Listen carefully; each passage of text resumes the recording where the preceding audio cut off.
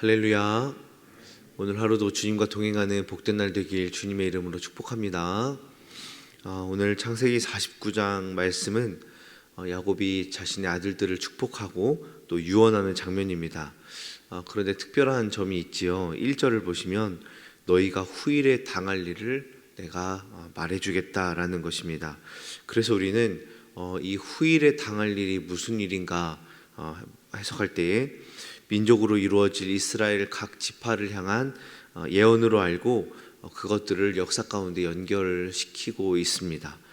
이 말씀들은 어제 금요 성령 기도회 설교 때에 담임 목사님께서 하셨던 본문이기 때문에 여러분이 참고하시면 좋을 것 같습니다.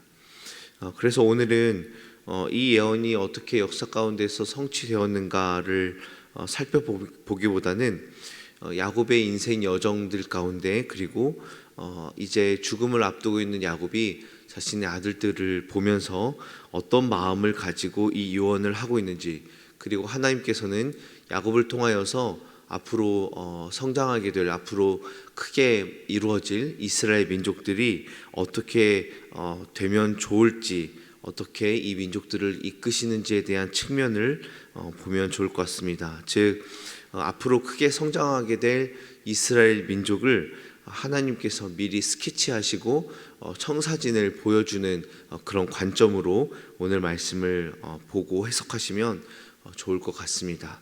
오늘 큐티의 본문은 르우벤과 시므온, 레위 이렇게 세 사람에 대해서 야곱의 유언을 보고 있지요. 먼저 르우벤입니다. 르우벤은 야곱의 장자입니다. 야곱은 르우벤이 장자인 만큼 그가 능력이 있고 또 월등하고 탁월하고 장자만이 가질 수 있는 어떠한 지위와 특권이 있음을 인정하고 있습니다. 그리고 르우벤이 실제로 남들보다 뛰어난 힘과 능력을 가지고 있다라고 이야기를 하지요. 하지만 그가 가진 장점이 결국에는 그의 발목을 붙잡고 그의 약점이 되었습니다. 4절 말씀을 보시면 르우벤은 물의 끓음 같아서 결국 탁월하지 못한다 라고 이야기를 합니다.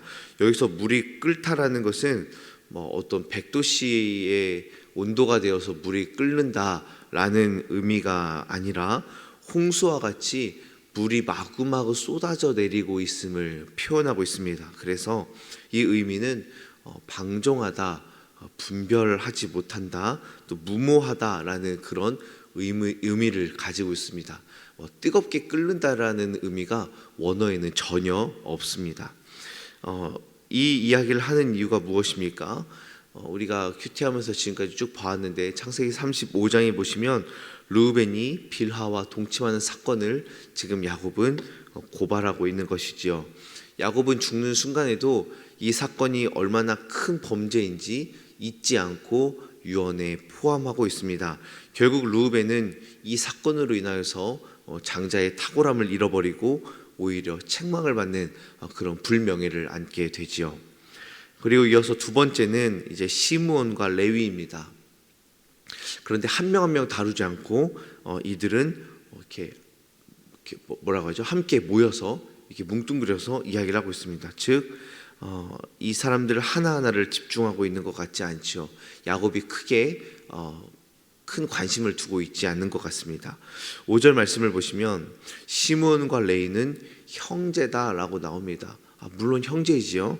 그런데 여기서 형제는 혈육을 의미하는 것이 아니라 성격과 행동이 아주 똑 닮았다. 이들은 아주 밀접해 있다라는 그런 의미입니다. 그래서 세번역 성경을 보시면 시므온과 레위는 단짝 형제다라고 이제 번역을 하고 있습니다. 그래서 굉장히 그들이 서로 똑 닮았는데 어떤 점이 닮았습니까? 난폭하고 그리고 그들이 폭력을 쓰는 그런 인물로 지금 표현하고 있습니다. 이들의 칼과 폭력은 창세기 34장에 디나 사건으로 인하여서 세겜 족속을 말살한 그 사건을 가리키고 있지요. 그래서 6절 말씀을 이어서 보시면 야곱은 이들의 행위에 가담하지 않을 것이다. 아무리 나의 아들들이다 할지라도 이들의 잔인한 죄악을 결코 인정하거나 받아들일 수 없다라고 아주 단호하게 선을 긋고 있습니다. 오히려 이들에게 저주와 흩어짐을 선포하게 되지요. 그만큼 잔인한 죄악에 대해서 이 이스라엘 자손들에게, 자신의 아들들에게, 그리고 자신의 손자들에게 경고와 훈계를 하고 있습니다. 야곱이 말한 이 이스라엘 중에 흩어지리라 라는 이 말씀에 대해서는 여러 학자들의 의견이 있고, 또 어떤 학자들은 레위에 대해서는 이후에 48개 성읍으로 흩어지는 그러한 부분이라고 해석한 자들도 있는데, 사실 그렇진 않지요. 레위 지파가 제사장으로서 48개의 성읍으로 흩어진 것은 어떤 벌에 의하여서 하나님이 흩으신 것이 아니라 하나님께서 모든 성읍에 하나님 말씀을 가르치기 위한 하나님의 선한 의도이기 때문에 그렇게 해석을 하면 안 될 것 같습니다. 오히려 오늘 말씀을 하신 이유는 시므온과 레위가 연합해서 죄악을 저지른 것처럼 앞으로 야곱의 형제들, 야곱의 자손들에게는 너희들은 서로 연합하여 죄악을 행하지 말라, 너희들 이렇게 마음을 합하여서 함께 범죄에 가담하지 말라는 훈계와 경고가 담긴 선포로 해석을 하는 것이 좋을 것 같습니다. 그래서 오늘 말씀은 단순히 야곱 개인이 자신의 아들들에게 너희들 과거에 이런 죄를 지었지, 너희들 이런 큰 범죄를 저질렀지라고 꼬집고 고발하려는 목적, 그리고 이 자손들이 정말로 저주를 받기를 원하는 마음으로 지금 말하고 있는 것이 아닙니다. 야곱의 아들들은 이제 이스라엘 민족의 이룰 터인데, 하나님의 약속이 이제는 성취될 터인데, 앞으로 성장하고 앞으로 바다의 모래와 같이 될 이스라엘 자손들에게 죄악에서 벗어나기를, 너희들이 지파와 지파 간에 함께 연합해서 어떠한 이 죄악을 저지르고 범죄에 가담하는 이런 끔찍한 일이 없기를 하나님께서 충고하시고 훈계하시고, 만약에 그런 범죄를 저지르게 된다면 너희들에게는 저주가 선포될 것이다. 그리하니 너희들은 조심하고 염두하고 그리고 하나님 말씀 가운데 거하라 라고 이야기하는 것입니다. 그래서 야곱을 통하여서 앞으로 이스라엘 민족이 걸어가야 될 길은 어떠한 길인지를 하나님은 미리 말씀하시고 경고하고 계시는 것이지요. 그렇다면 오늘날 이 말씀을 본 우리들은 어떻게 해야겠습니까? 하나님께서 저주를 내리시는구나 라고 생각하기보다는 우리가 받은 말씀과 계명들을 우리 부모 세대가 잘 지키고 성실히 지키고 우리 자녀들과 우리 후손에 이르기까지 우리가 잘 이어가도록 기도하며 지금을 살아야 할 것입니다. 우리 하나님의 자녀들, 예수 그리스도를 믿는 하나님의 자녀들에게는 죄악으로 인한 저주와 벌은 다 예수님이 짊어지셨지요. 그래서 우리의 삶 가운데에 어떠한 죄악으로 인한 저주는 이제 다 끊겼습니다. 우리는 모든 죄와 저주와 사망에서 자유케 된 자죠. 그래서 우리는 우리가 잘못을 하면 하나님이 저주를 내리면 어떨까라는 것은 현재 우리에게 해당되지 않습니다. 다만 우리가 하나님의 자녀로서 하나님이 돌아오라라는 징계로 우리에게 허락할 때는 있을 것입니다. 그러므로 우리가 오늘 말씀을 볼 때에는 하나님 말씀을 끝까지 잘 지키고 이 말씀들을 우리 자녀손들에게 잘 물려줘야겠다라는 그런 권면과 또 하나님의 훈계의 말씀으로 들어야 할 줄로 믿습니다. 물론 우리가 자녀를 키울 때에 우리가 원하는 대로 또한 우리가 꿈꾸는 대로 양육하는 것이 결코 쉽지가 않을 것입니다. 제가 자녀가 없었을 때는 사실 이것을 잘 이해를 못했어요. 그런데 이제 자녀가 있고 자녀가 점점 성장하다 보니까 참 쉽지 않겠다. 그리고 나이가 들면 들수록 더 쉽지 않겠다라는 생각을 지금도 하면서 양육을 하고 있습니다. 그리고 또 이미 나이가 훌쩍 커버린 자녀들, 이미 아들을 가지고 있는 자녀들, 그런 자녀들에게는 훈계하기가 더더욱 쉽지 않겠지만, 그럼에도 불구하고 오늘 말씀에서는 야곱이 죽기 전에도 자신의 아들들에게 훈계하고 교훈한 것처럼 부모님께서 하나님 말씀대로 살아가도록 가르치는 것은 부모가 가진 의무인 줄로 믿습니다. 그래서 야곱이 죽기 전 유언할 때도 아들들을 잘 훈계하고 있지요. 이와 같이 자녀와 또 가문에게 주의 말씀과 법도를 잘 가르쳐서 정말 하나님을 경외하고 죄를 멀리하고 혹여나 형제와 형제가 연합하여서 죄를 범하는 그런 일이 없도록 주 안에서 기쁨과 감사가 넘치는 가문들이 되도록 우리가 잘 가르치고 잘 훈계해야 될 줄로 믿습니다.